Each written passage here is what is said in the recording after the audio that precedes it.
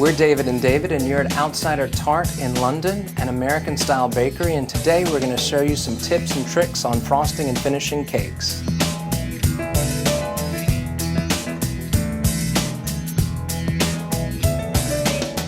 I'm going to show you how to make color icing. Alright, so we've got a little bit of vanilla buttercream that we made earlier, and we're going to turn this pink by adding some food coloring, red food coloring, and it's best to do that again in small increments. So we're going to add about a half a teaspoon at a time until we get the desired shade of pink that we want.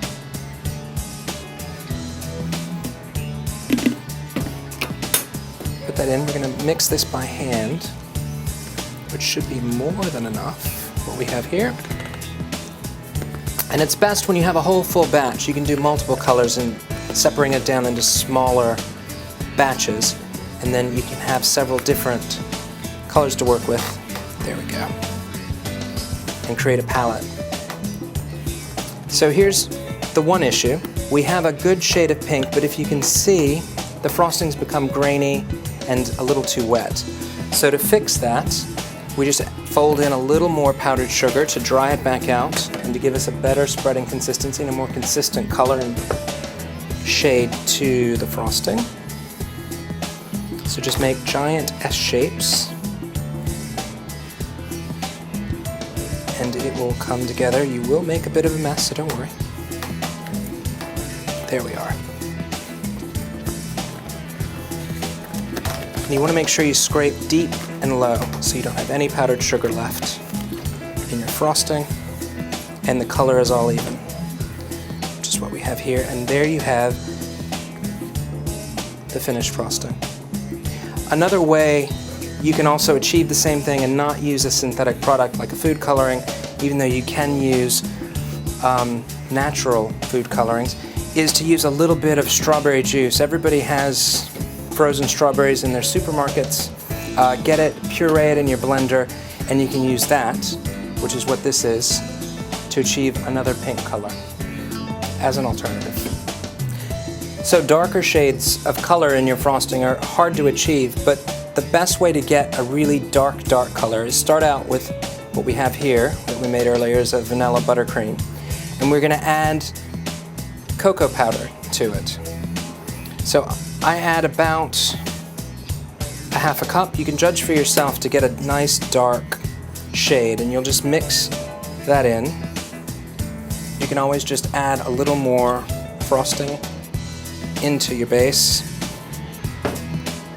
So a good tip is you can always add to. It's very difficult to take away from. So we were a little aggressive with our cocoa at first, so we'll make a larger batch.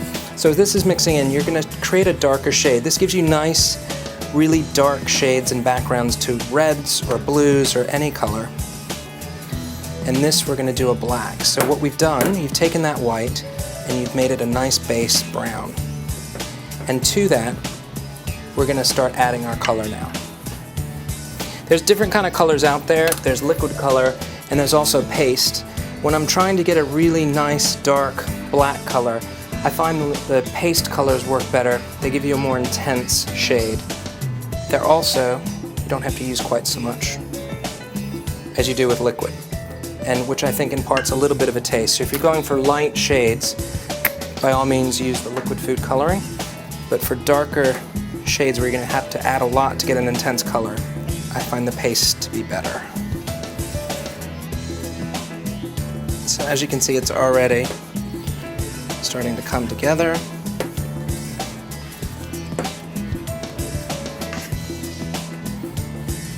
You're going to get a good arm out of this.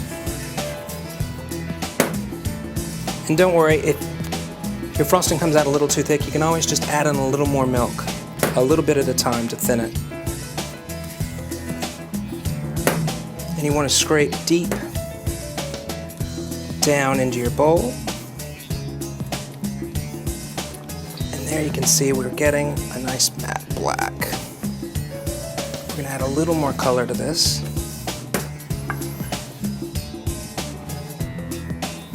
To finish it up, a little dab.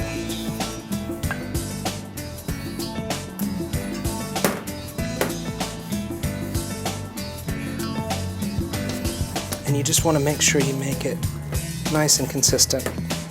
So whether you're piping or you're spreading, you don't have a surprise somewhere down the road. Like we just got another glob of brown. There we go.